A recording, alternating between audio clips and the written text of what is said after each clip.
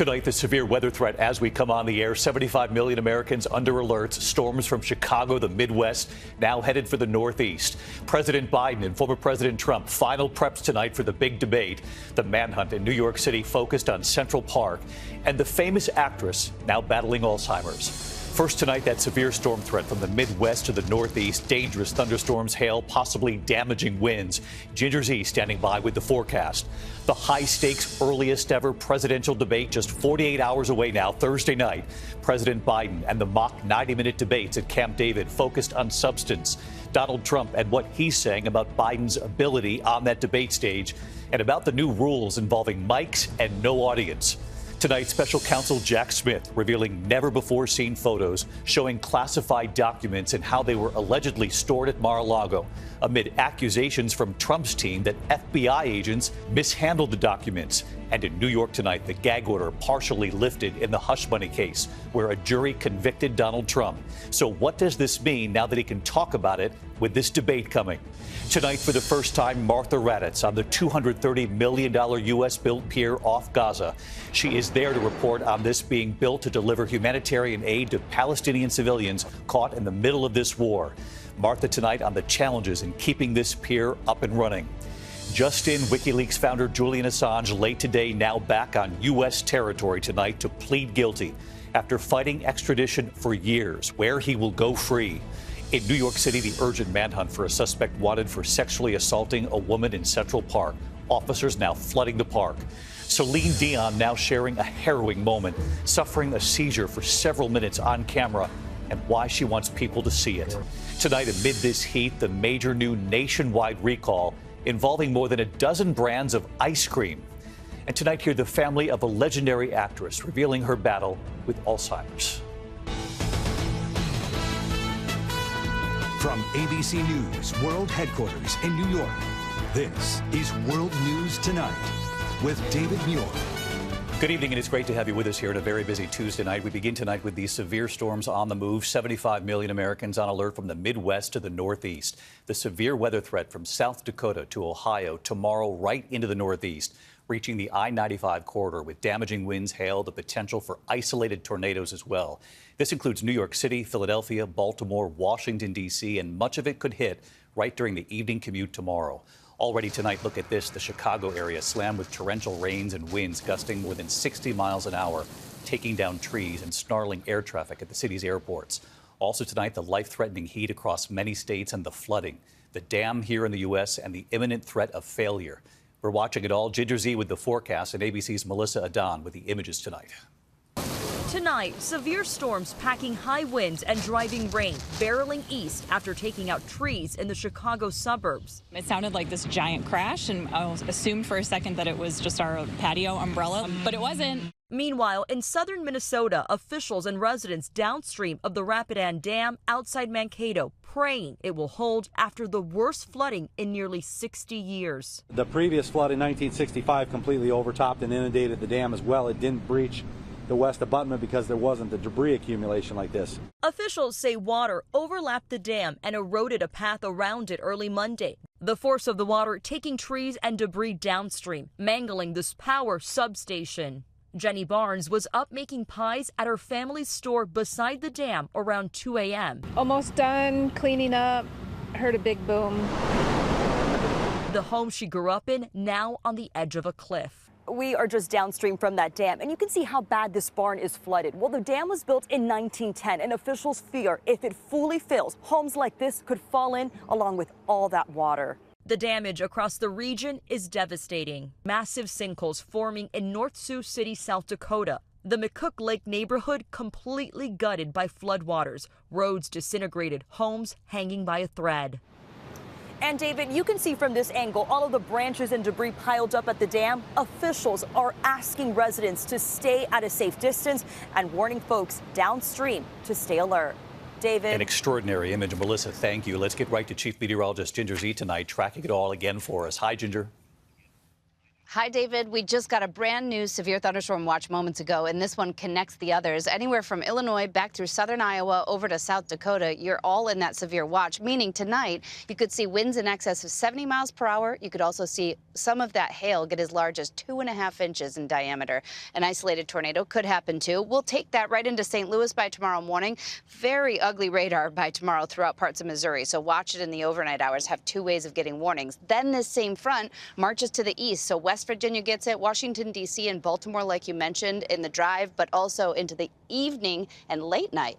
New York City, New Jersey, all the way up to close to Boston, Rhode Island included there. It's Wednesday night for you, and some of that rain will be heavy at times. Now, heat. One note on this, it will be focused tomorrow, Greenville, Mississippi, Memphis again with those excessive heat warnings right in southern Oklahoma, northern Texas. David. Could be a dicey 24 hours ahead for sure. Ginger with us. We'll see you in the morning, Ginger.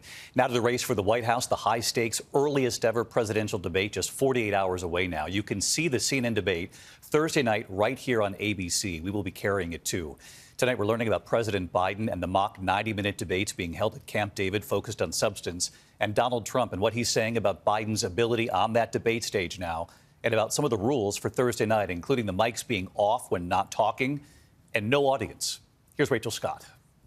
Tonight at Camp David, President Biden's debate prep entering a new phase with formal 90-minute mock debates. Bob Bauer, the president's personal lawyer, standing in for Donald Trump.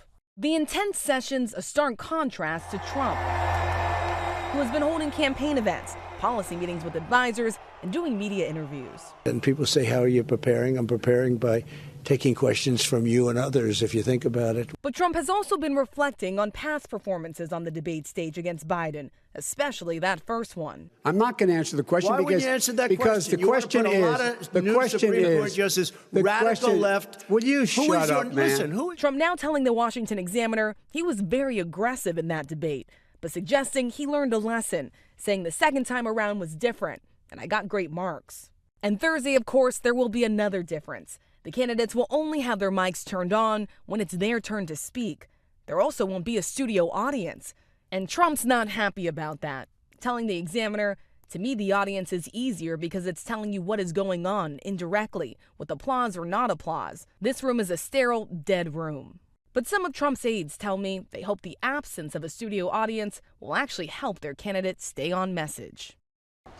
And David, I'm told the Trump campaign is actively discussing how the former president should respond to questions on a range of issues, including January 6th. The former president has vowed to pardon the rioters who stormed the Capitol that day, but his advisors are hoping that he talks about it a little bit more broadly by saying he only plans to do it on a case-by-case basis, David. We'll see if the question comes up. Rachel Scott, thank you again. This debate Thursday night. You can watch the CNN presidential debate right here on ABC. Our team will be here starting at 8 p.m. Eastern to help set up the night, and then the debate right here at 9 p.m. Of course, we hope you'll watch right here on ABC. We do have one more note on this debate. In New York today, the judge partially lifting the gag order in that hush money case where a jury convicted Donald Trump.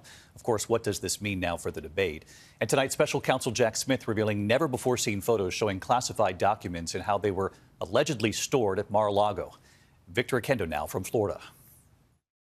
Tonight, special counsel Jack Smith firing back against Donald Trump's claims FBI agents tampered with boxes allegedly containing classified material discovered when they searched his Mar-a-Lago estate. In a new court filing, prosecutors with their most detailed description yet of how Trump allegedly personally chose to keep documents containing some of the nation's most highly guarded secrets among a cluttered collection of keepsakes, including newspapers, thank you notes, Christmas ornaments, magazines, clothing, and photographs of himself and others. Trump's lawyers claim prosecutors have not preserved the boxes in the exact manner in which they were found, insisting they were manipulated. Prosecutors say that's just not true, saying the haphazard manner in which the boxes were packed and stored by Trump made it inevitable that the contents inside would shift. They blasted Trump's claims as the latest unfounded accusations against law enforcement professionals doing their jobs. The case now delayed indefinitely as Judge Eileen Cannon holds multiple hearings on a wide array of motions. She has yet to rule on many of them, causing unusual months-long delays. And David, there is news tonight in an unrelated case, the Manhattan hush money trial. The judge now partially lifting the gag order, which allows Trump to comment on witnesses, including his former fixer, Michael Cohen, and broadly, the jury. which found him guilty on all 34 criminal counts.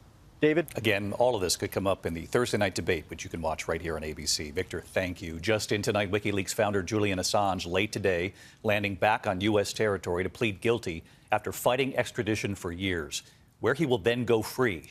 Terry Moran has covered this case for years for us. Tonight, Julian Assange, the founder of WikiLeaks and fugitive from justice, is back on U.S. territory, landing in Saipan in the northern Mariana Islands to appear at the remote federal courthouse there and enter a guilty plea that will set him free. Assange boarding a private jet in London, relaxing on board during the long flight after spending 5 years in a high-security UK prison, held there by authorities while U.S. prosecutors sought his extradition. He agreed to plead guilty to one felony count of conspiracy to unlawfully obtain and disseminate classified information, and in exchange, he won't serve any more time. With WikiLeaks, Assange rocked governments around the world, releasing troves of state secrets, especially about the U.S. wars in Iraq and Afghanistan, including this 2007 Apache helicopter attack in Iraq that killed several civilians, including 2 journalists. We hope to correct some of that attack on the truth. In 2012, Assange, fleeing arrest, sought asylum in the Ecuadorian embassy in London and holed up there until 2019, when his hosts kicked him out and the British government put him in prison. And tonight, after years of being celebrated as a hero and condemned as a thief trafficking in stolen documents, he'll be a free man. I'll really believe it when I have him in front of me and I can take him and hug him, and then it will be real. Assange's health has deteriorated in prison, his family says. He once faced up to 170 years behind bars, but now he's heading back home to Australia, where his wife and 2 sons are waiting for him. David? Terry Moran in Washington. Thank you, Terry. Tonight to Gaza, where for the first time, Martha Raddatz on the $230 million U.S.-built pier off Gaza that was built to deliver humanitarian aid to Palestinian civilians caught in the middle of this war. Tonight, Martha from the pier on the security concerns and the challenges keeping this up and running. It is a pounding, scorching hot ride aboard a U.S. Navy vessel. 1 hour in the Mediterranean Sea along Israel's shore to reach Gaza and get our first look at the $230 million U.S.-built pier in an active war zone. As we pull up to the floating pier just off of Gaza, we changed into body armor from our life preservers. Make your way over here, please. Soldiers with automatic weapons standing guard. If it goes off and we say incoming, that means that we have the rocket, artillery, or mortar coming in here. Just off that pier, the devastation is breathtaking.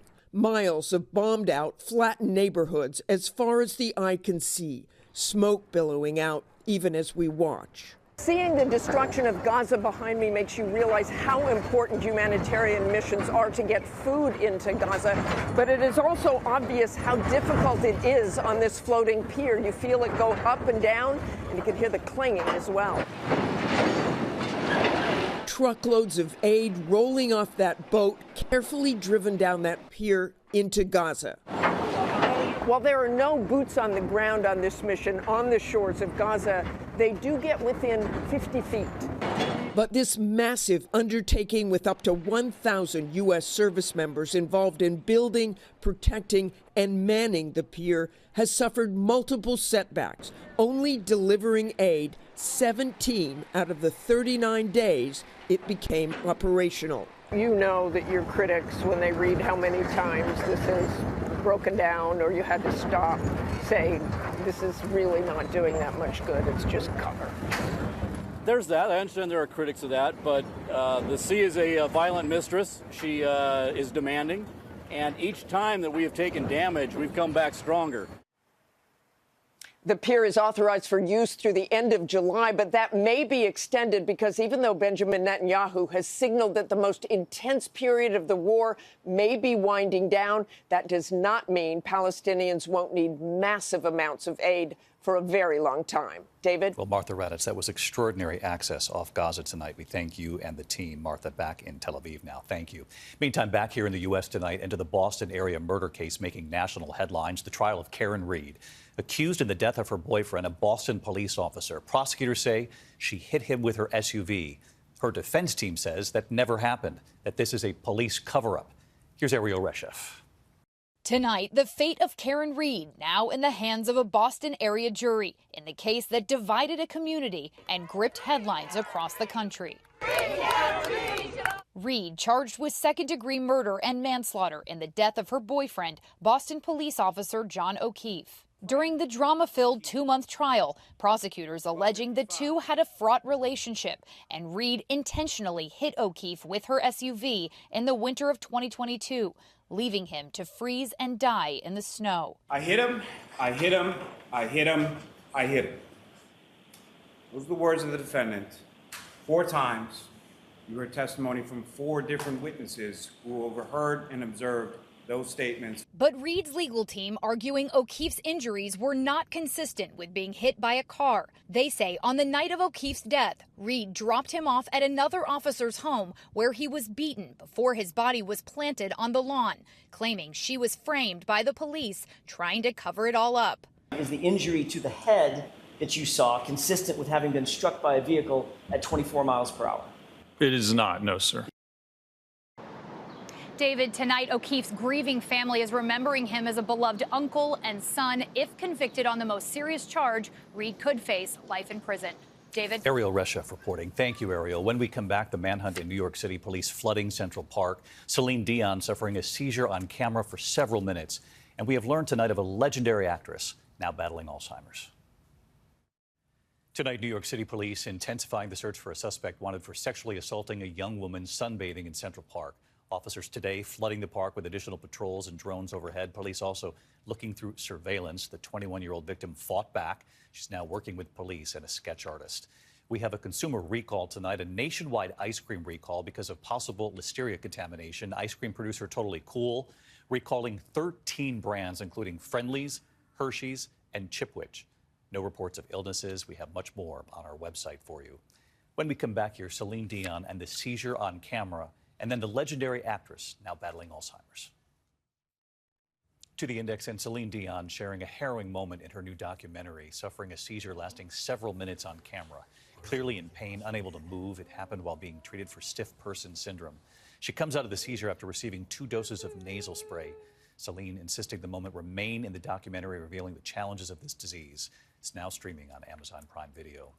Legendary actress Jenna Rollins is battling Alzheimer's, now 94, so many roles, including The Notebook, playing a character with the same disease. Her son, Nick Cassavetes, directed the movie, revealing she's been living with Alzheimer's for 5 years now and is in full dementia. What an amazing actress. When we come back here, they are lining up at One Boy's lemonade stand. You'll see why that line is growing and growing tonight. Finally tonight, the 8-year-old at his lemonade stand. Tonight in Southgate, Michigan, outside Detroit, an 8-year-old boy helping to save the animals. Henry Bryant has been setting up a lemonade stand outside his home, selling lemonade and donating all of the money to local animal shelters. The photos of the animals that his customers are actually helping when they buy the lemonade, right there on the stand. Word of Henry's help spreading in a big way across his community. Friends, neighbors, the fire station, the Detroit Iron Mustangs Motorcycle Club, all stopping by Henry's lemonade stand. Henry taking the money to the shelters to help the animals there get much needed and often expensive medical care. It was 2 summers ago when Henry was just 6. He raised more than $2,000 for the Wyandotte Animal Shelter.